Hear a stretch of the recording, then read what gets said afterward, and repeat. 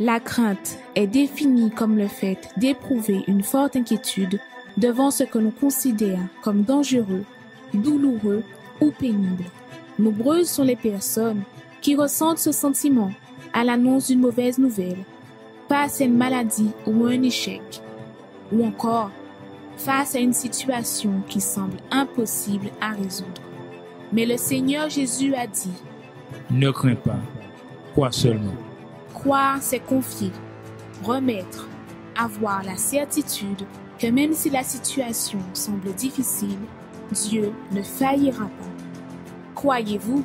Alors, venez confier ce qui cause votre crainte à Jésus, au Centre d'accueil universel des Abîmes.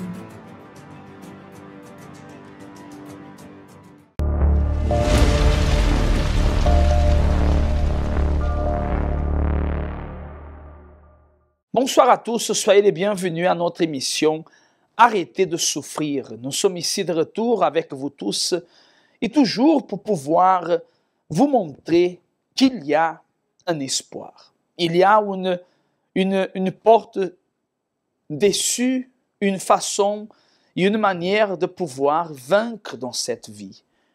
Bien évidemment que beaucoup sont les personnes, vous savez, qui elles considèrent vaincre, conquérir quelque chose ou un bien. Pour autant, vous que vous m'accompagnez peut-être, vous êtes quelqu'un que vous avez conquéri matériellement, physiquement parlant, beaucoup de choses, mais vous vous trouvez toujours vide. Et des fois, vous ne comprenez pas ou pourquoi ce vide. Vous ne comprenez pas ou pourquoi cette tristesse, cette angoisse, ce vide à l'intérieur de vous. C'est un manque de quelque chose, mais que vous ne savez pas de quoi. C'est pour cela que cette émission a été faite. Pour vous, madame, pour vous, monsieur, jeune homme, jeune fille, pour vous que vous nous accompagnez et que vous voulez obtenir et avoir dans votre vie un changement, une transformation. Vous voulez une solution pour cette situation laquelle vous traversez. Vous voulez trouver le moyen de comment faire pour pouvoir changer la souffrance dans le bonheur. Aujourd'hui, mercredi, au Centre d'accueil universel, nous avons réalisé la prière pour ceux qui veulent avoir la paix de Dieu. D'ailleurs, dans cette émission, nous allons réaliser une prière d'ici à quelques instants avec vous tous. Et j'aimerais que vous m'accompagnez, j'aimerais vous inviter à que vous puissiez préparer un verre d'eau, une bouteille d'eau. Préparez-la, s'il vous plaît, parce que je veux revenir d'ici à quelques instants pour pouvoir réaliser une prière en votre faveur. Oui, je veux défier ce problème.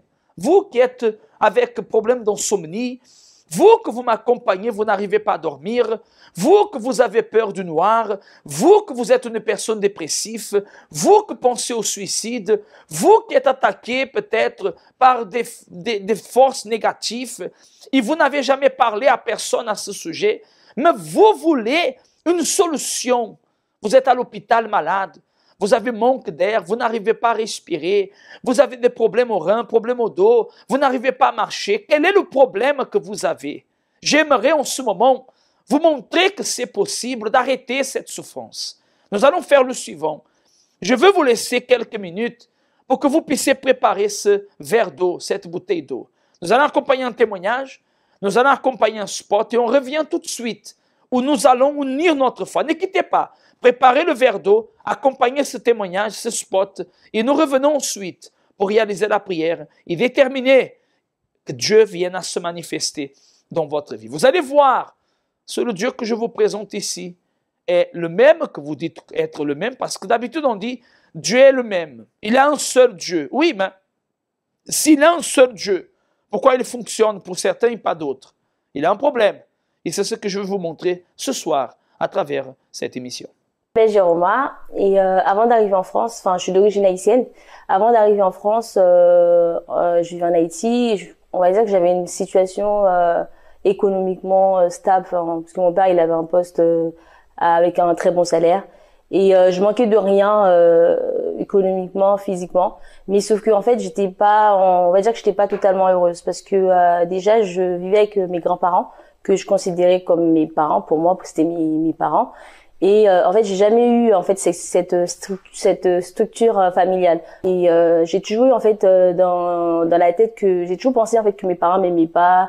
C'était en particulier la raison pour laquelle en fait que j'étais confiée à mes grands-parents. Sauf que en arrivant en France, j'ai dû en fait apprendre en fait à vivre avec mon père et par-dessus tout ma belle-mère qui on va dire qui m'aimait pas, enfin ne m'acceptait pas du moins. Et c'était très conflictuel. En fait, on était tout le temps en train de s'embrouiller et je pouvais pas la supporter. Et mon père, en fait, je dirais pas que j'avais de la haine. En fait, je voyais mon père en fait dans l'incapacité de m'aider. Donc pour moi, et du coup vis-à-vis de ça, et enfin les hommes pour moi en fait ça rimait avec l'insécurité. J'ai adopté une carapace, je suis devenue en fait dure, forte. Je me donnais pas le luxe en fait de me sentir mal, de pleurer. Mon sommeil était souvent perturbé parce que je voyais des esprits. Je discutais même avec eux comme si c'était dans la vraie vie. En fait, je parlais avec des gens. Et sauf que pour moi c'était on va dire quasi normal parce que ça m'arrivait quasiment tous les soirs de converser avec des esprits et quand je me réveillais c'était comme si en fait j'avais fait un combat, enfin j'avais lutté dans mon sommeil, c'était toujours comme ça quand je me réveillais.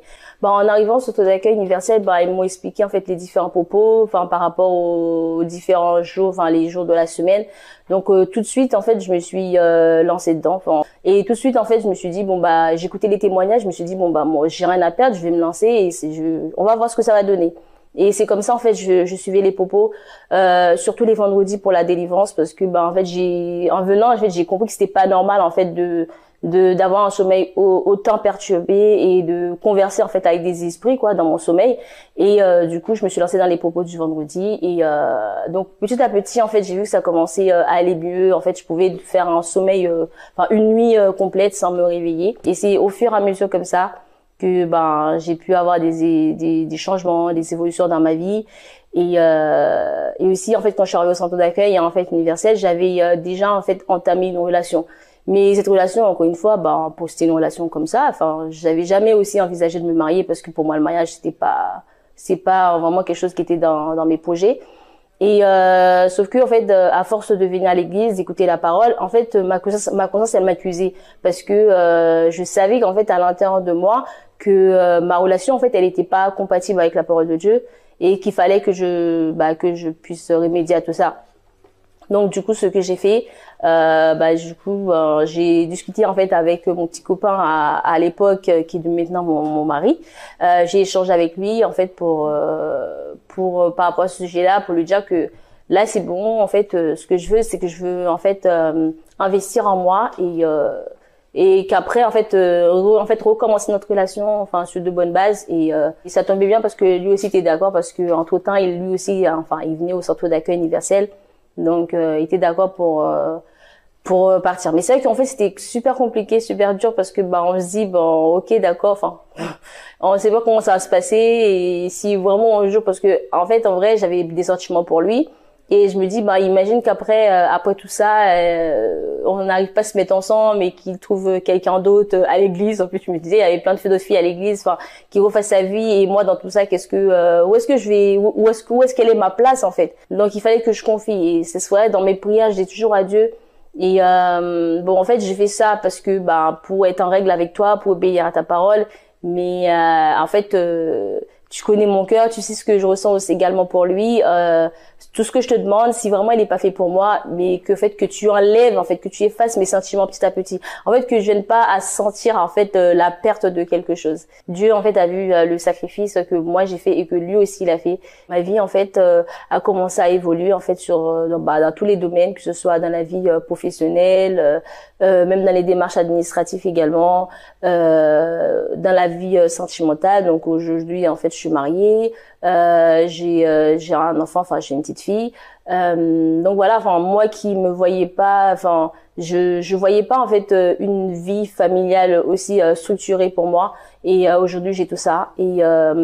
Et le travail, j'ai passé par plein de petits travails, enfin pas de stabilité. Donc en fait, j'ai une stabilité professionnelle. Mon mari, lui aussi de son côté, il a une vie qui est aussi structurée professionnellement. Donc il a créé son entreprise, donc ça marche, ça fonctionne super bien. Aujourd'hui, je suis une nouvelle personne, je suis épanouie, j'ai plus la tristesse en moi. Moi qui pensais que mes parents ils m'aimaient pas, en fait cette idée-là, je l'ai enlevé. Le Saint-Esprit m'a permis, le Saint-Esprit a comblé en fait, m'a donné cet amour-là, et du coup, j'ai compris que mes parents ils m'aiment en fait.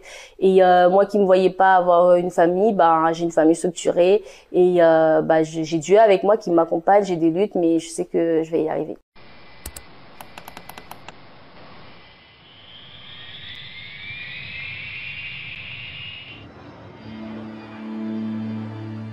La foi est le point de départ. C'est comme le départ d'un avion. Mais qu'est-ce qui la maintient toujours en hauteur? La continuité de la foi et la confiance. Celui qui sépare l'un de l'autre jamais n'arrivera à sa destination finale. N'oubliez jamais que le trajet de la vie n'est pas fait seulement de beaux paysages. Répétitivement surgiront des turbulences, des tempêtes, et à ce moment-là, qui vous soutiendra? Beaucoup, mais beaucoup, sont en train de tomber, car sur le moment, ils avaient la foi pour conquérir, mais n'avaient pas la confiance pour se maintenir dans la foi. Celui qui confie en Dieu, même si tout semble être contraire et difficile, se maintient ferme, car ses yeux ne sont pas fixés sur les nuages denses, mais sur le Seigneur qui est au-dessus d'eux. Car le figuier ne fleurira pas, la vigne ne produira rien, le fruit de l'olivier manquera, les champs ne donneront pas de nourriture. Toutefois, je veux me réjouir en l'Éternel. Je veux me réjouir dans le Dieu de mon salut. Comment réagissez-vous quand tout va mal? Qui êtes-vous quand vous gagnez? Qui êtes-vous quand vous perdez? Ne cessez jamais de maintenir votre foi en manutention. Elle a besoin d'être maintenue afin que vos conquêtes se maintiennent. Et cela est seulement possible à travers le pouvoir de la confiance. Le véritable serviteur de Dieu vit par la foi, dans la foi et de foi en foi, jusqu'à la fin.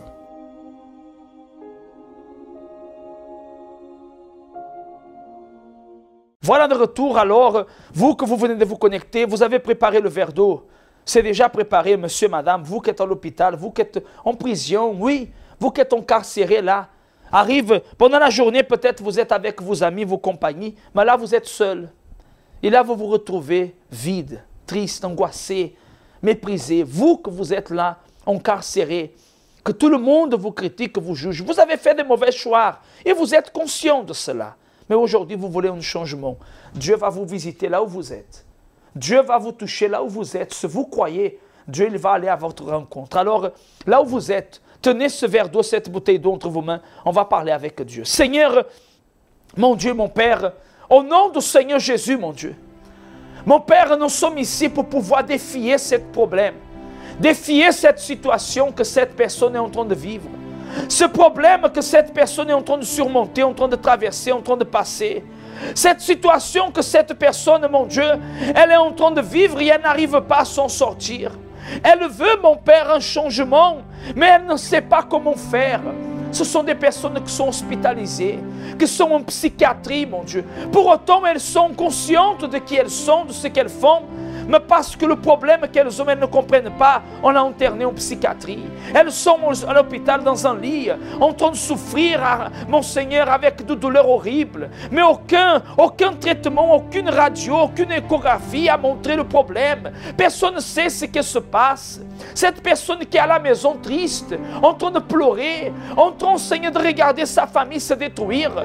Oh Dieu, je veux que tu viennes à la rencontre de toutes ces personnes que nous accompagnent, que nous écoutent, que nous entendent, et que ton pouvoir vienne agir pour qu'à travers de la foi, mon Dieu, ce blocage, cette souffrance, ce mal que veut empêcher cette personne d'être libre, mon Dieu, qu'au nom du Seigneur Jésus, que ton pouvoir agisse, que ta main forte agisse, que ta puissance agisse, mon Dieu, pour que, au nom du Seigneur Jésus, mon Père, là où cette personne se trouve, là où elle est, mon Dieu, que la puissance de Dieu se manifeste dans sa vie, que ton pouvoir descende, et au moment qu'elle va boire de cette eau, qu'elle reçoive la vie, le miracle, la transformation. C'est ce que nous déterminons au nom du Père, du Fils et du Saint-Esprit. Buvez de cette eau là où vous êtes, recevez le miracle, recevez la liberté, recevez la vie au nom du Seigneur Jésus-Christ.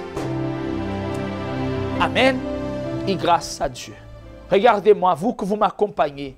Je suis sûr et certain que Dieu vient d'agir dans votre vie. Faisons le suivant. Ce Dieu vient d'agir dans votre vie. Demain, jeudi, prenez la décision de venir déjà à la thérapie de l'amour. Nous allons vous laisser le spot qui parle de la thérapie de l'amour. Et si vous avez besoin de voir plus, si une prière de quelques secondes a apporté une réponse, qu'est-ce que n'apportera pas suivre la direction que nous allons vous donner, qui est basée sur la parole de Dieu? Accompagnez ce témoignage, d'abord le spot de la thérapie de l'amour, un témoignage qui parle exactement de cette transformation dans la vie de quelqu'un. Et on revient tout de suite après pour pouvoir vous parler plus au sujet de ce que nous allons réaliser ce dimanche. À tout de suite. Le moment arrive où la vie vous donne son plus grand cadeau. Elle vous fait connaître le chemin de l'amour. Rencontrez votre moitié, votre partenaire, votre fidèle compagne ou compagnon. Dans le mariage, tout ne se passe pas toujours comme on s'y attend, pour divers motifs ou le fait d'être surpris par beaucoup de pierres sur le chemin du bonheur. La vérité est qu'il ne suffit pas d'avoir des sentiments. Un mariage implique l'union, la confiance et par-dessus tout la compréhension des deux parties. Il est nécessaire de s'entendre, de reconnaître le bon et le mauvais côté de chacun, pour réussir à surpasser les obstacles de la vie, pour que les deux deviennent un seul. Et cela oui, est la véritable clé du succès dans le mariage. Dans ce parcours à deux, tout est possible, mais les problèmes tels que les maladies ou les problèmes financiers peuvent ébranler n'importe quel mariage. Et pour que vous n'en soyez pas victime, maintenez une posture positive et croyez dans le changement. Combien de personnes sont maintenant en train de passer par de sérieuses difficultés dans leur vie, ayant faim ou même froid, dans la solitude? En vérité, quel est votre véritable problème? Mettez un point final à ces disputes qui ne vous emmènent nulle part. Luttez pour votre relation. Participez à la thérapie de l'amour. Une réunion du centre d'accueil dédiée à vous qui souhaitez un mariage encore plus fort.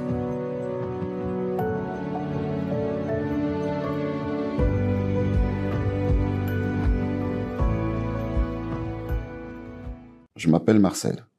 Bonjour, je m'appelle Sylvie. J'étais une personne très acariâtre. J'étais une personne aussi, j'étais rancunière. J'étais une personne qui regardait le monde à ma façon. En fait, je souffrais intérieurement parce que lorsque je suis arrivée, j'avais des problèmes dans mon couple. On était au bord du divorce et j'étais perdue. J'étais dépressive. Je faisais du sport pour combler le vide qui était à l'intérieur de moi. J'arrivais à faire 6 à 7 heures de sport par jour. J'étais arrivée au bout de choses. Je ne savais plus où aller, le sport ne suffisait plus. Et voilà comment je suis arrivée au centre d'accueil. Moi, avant de connaître le centre d'accueil, j'étais une personne, on peut dire, banale. Donc j'allais au travail, je revenais à la maison et puis voilà, s'occuper des enfants, de mon épouse. Et de là, il y a eu des gros problèmes avec mon épouse et on ne savait plus, on ne s'entendait plus du tout. Donc c'était parti pour un divorce. Donc, j'ai fait la chaîne de prière du lundi pour le travail et la chaîne de mercredi. Je commençais à voir des améliorations dans ma vie, à l'intérieur de moi. J'étais beaucoup plus calme, j'étais beaucoup plus attentive, j'écoutais plus les autres. Et petit à petit, c'était pas venu tout de suite. Petit à petit, je voyais des changements en moi. Et là, je me suis dit, mais vraiment, il faut que je continue. Donc, du coup, il y a eu la campagne d'Israël qui est arrivée. Et cette campagne, je voulais que mon couple soit ressoudé, que tout aille bien dans ma vie, ma vie personnelle. J'avais cette certitude que Dieu ne faillira pas et que j'aurai une solution à tous ces problèmes. Et là, j'ai vu la gloire de Dieu parce que je l'ai invité. J'ai plusieurs fois invité pendant plus ou moins 2 ans. Il n'est jamais venu. Et à la suite de cette campagne où j'ai cru que Dieu allait faire quelque chose, il est venu. J'ai remarqué que il y avait un changement. Le changement, c'est quand elle a commencé à aller au centre d'accueil. À partir de là, elle était un peu plus posée à la maison et moi, ça m'arrangeait puisque il y avait plus de disputes, il y avait plus de différends pour un oui ou pour un non. Puis je me suis dit comme ça, dans mon fort intérieur, j'ai dit, Seigneur, si réellement il y a un changement, moi je veux aller voir. Et c'est là qu'elle m'a invité. C'était pour les fêtes de fin d'année, le 31, elle m'a dit, ben, pourquoi tu viendrais pas? Moi j'ai dit, j'avais dit non, puisque ça faisait 2 ans qu'elle m'invitait. J'ai dit non, c'est pas possible. Et après, elle a quand même insisté, mais vraiment très gentiment. C'est ça, au fait, c'est ça qui m'a poussé vraiment à venir, parce que la manière, la Sylvie que je connaissais, c'est pas gentiment qu'elle allait me demander quelque chose, c'était plutôt avec rigueur. Enfin, c'est limite de vous forcer à faire quelque chose. Mais là, c'était vraiment d'un ton vraiment naturel, mais viens, si tu verras et tout ça. J'ai dit, ok, pourquoi pas. Et c'est là que je suis arrivé au centre d'accueil. Alors, la première chose qui m'a frappé de prime abord, c'est l'accueil, au fait. Je me suis senti, mais en paix, mais d'une paix, je sais même pas, j'étais vraiment bien. Et depuis, je suis resté au centre d'accueil. J'ai suivi les propos qu'on m'avait demandé de faire, les chaînes de prière. J'avais un petit problème, des sérieux problèmes au niveau de mon emploi, de mon employeur, parce que on ne s'entendait pas. Donc j'ai décidé de faire une campagne d'Israël pour trouver la solution à ce problème. Elle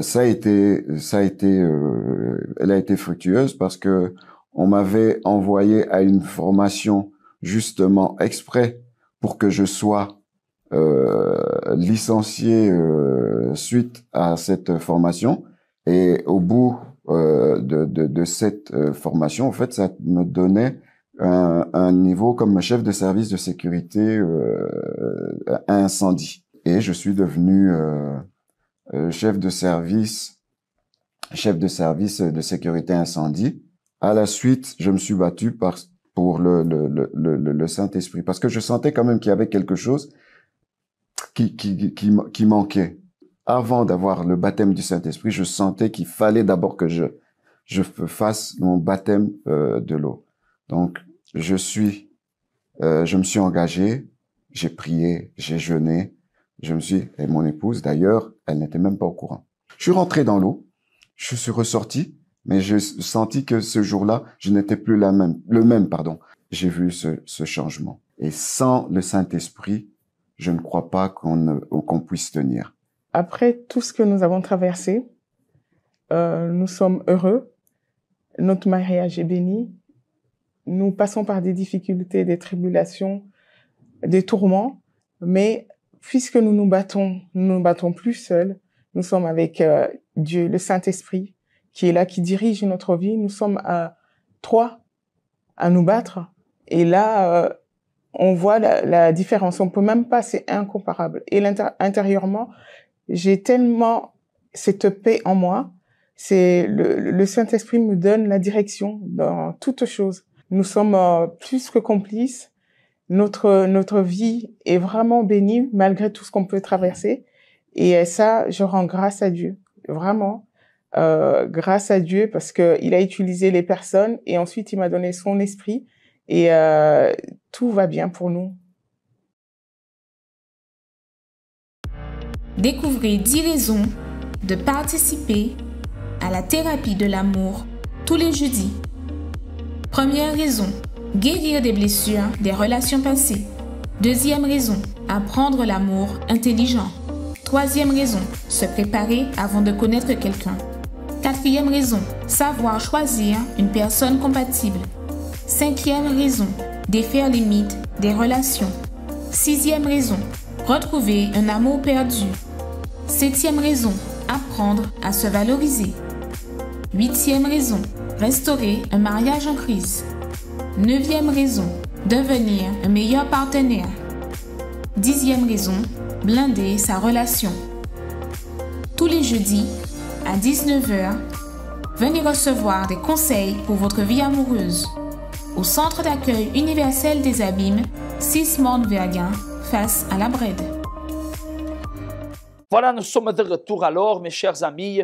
Et je veux vous parler de dimanche, mais avant, je voulais vous parler de vendredi.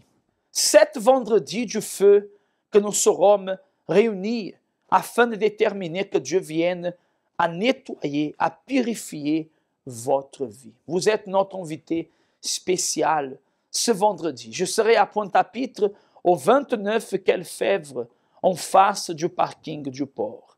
Et nous serons là pour pouvoir vous aider. Dans chaque centre d'accueil, on sera aussi, mes amis, pour pouvoir vous aider. D'ailleurs, à la fin de cette émission, vous allez accompagner un spot qui parle des adresses de nos centres d'accueil ici dans les Antilles, en Guadeloupe, à la Martinique, à la Cayenne. Et vous allez pouvoir vous adresser au plus proche pour pouvoir avoir cette direction. Mais je voulais vous parler de dimanche, avant qu'on puisse vous quitter. Dimanche, regardez le défi. Nous sommes en train de vivre 4 dimanches de défi. 4 dimanches, nous sommes en train de défier le problème. Et là, la seule question que nous nous posons, que nous avons posée aux personnes ce dimanche, c'est la question suivante. Jusqu'à quand? Jusqu'à quand je veux supporter que ma vie soit comme ça? Jusqu'à quand je veux dire que j'ai la foi mais je ne vois pas Dieu agir? Jusqu'à quand je serai malade? Jusqu'à quand mon mariage sera détruit? Jusqu'à quand je serai dominé par des problèmes spirituels? Jusqu'à quand mon entreprise ne va pas avancer? Jusqu'à quand mes enfants seront dominés par la drogue? Jusqu'à quand je serai une personne vide? Jusqu'à quand j'aurai toujours ma vie bloquée? Jusqu'à quand? Si vous voulez un résultat, une transformation, si vous voulez voir le même Dieu d'Élie, comme dit la Bible au 1 Roi 18, qui Élie a défié les prophètes de Baal, Élie a défié le mal. Et Élie a défié le mal parce qu'il savait que Dieu est Dieu. Et le Dieu qui est Dieu, il répond. Alors vous que vous m'accompagnez, il est temps que vous défiez ce problème. Ce dimanche, à 7h du matin ou à 9h30, dans chaque centre d'accueil universel. Je serai personnellement à Pointe-à-Pitre, au 29 Quelfèvre, en face du parking du port. Vous avez le numéro qui s'affiche ici en bas dans la bannière de votre écran. Mes amis, vous pouvez nous contacter, nous appeler pour avoir plus d'informations. Et n'hésitez pas, prenez une décision de venir chercher le changement pour votre vie. Bien évidemment, à travers de votre foi. Bonne soirée à tous et que Dieu vous bénisse. Qu'est-ce que le bonheur pour vous? Le bonheur est un état d'esprit qui demeure en nous à tout moment. Nous ressentons cette joie lorsque nous réussissons quelque chose, lorsque nous avons une bonne nouvelle, et même pendant les moments difficiles, ce bonheur est toujours présent. Mais ce qui se passe dans les jours actuels avec les nouvelles technologies est la recherche de ce qu'on appelle le bonheur artificiel. La vie, de manière générale, est devenue au fil du temps plus digitale, plus virtuelle, de même que les relations. Les personnes sont de plus en plus distantes l'une de l'autre. Pourtant, Dieu a créé l'être humain, a uni les personnes, mais elles s'éloignent entre elles et ignorent même l'existence de leur Créateur. Ainsi, elles ne peuvent profiter du bonheur que lui seul peut donner. Tu me fais connaître le sentier de la vie. Il y a d'abondantes joies dans ta présence, un bonheur éternel à ta droite. Venez chercher ce bonheur véritable pour vous et votre famille tous les dimanches à 7h ou 9h30 dans notre siège au Centre d'accueil universel des Abîmes, 6 Morne-Verguin face à la Brède, ou dans le Centre d'accueil universel d'hommes le plus proche de chez vous. Connaissez-vous nos centres d'accueil universels ici dans les Dômes? Notre siège est situé en Guadeloupe, aux Abîmes, au 6 Morne-Verguin, en face de la Brède, entre le KFC et le McDonald's. Nous avons aussi nos centres d'accueil à Pointe-à-Pitre, au 29 quai Lefebvre, en face du parking du port. À Baïf, au 51 impasse Louis Blériot, Zac des Pères Blancs, derrière le Super U. À Saint-François, à la rue Charles Junon, à 100 mètres du marché de la Rotonde. Nous sommes aussi en Martinique, au 42 rue Garnier-Pagès, proche du Leader Price à Fort-de-France. Mais aussi en Guyane française, à Cayenne, aux 19 zones artisanales Galmo, proche de l'entrée du CFA. Ainsi qu'à Kourou, au 1 rue du Levant, proche du Lip Service Ting. Si vous désirez plus d'informations, vous pouvez nous contacter sur notre ligne AMI au 05 90 28 33 83 ou sur notre WhatsApp au 06 90 55 16 70.